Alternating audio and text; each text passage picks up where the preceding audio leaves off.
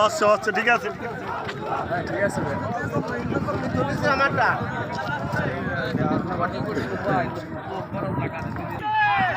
কি অবস্থা সাংবাদিক?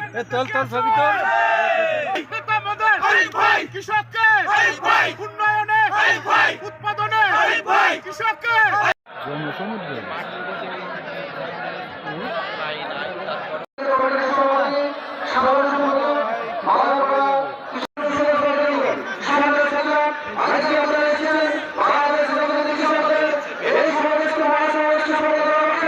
বক্তব্য আমি দেবো।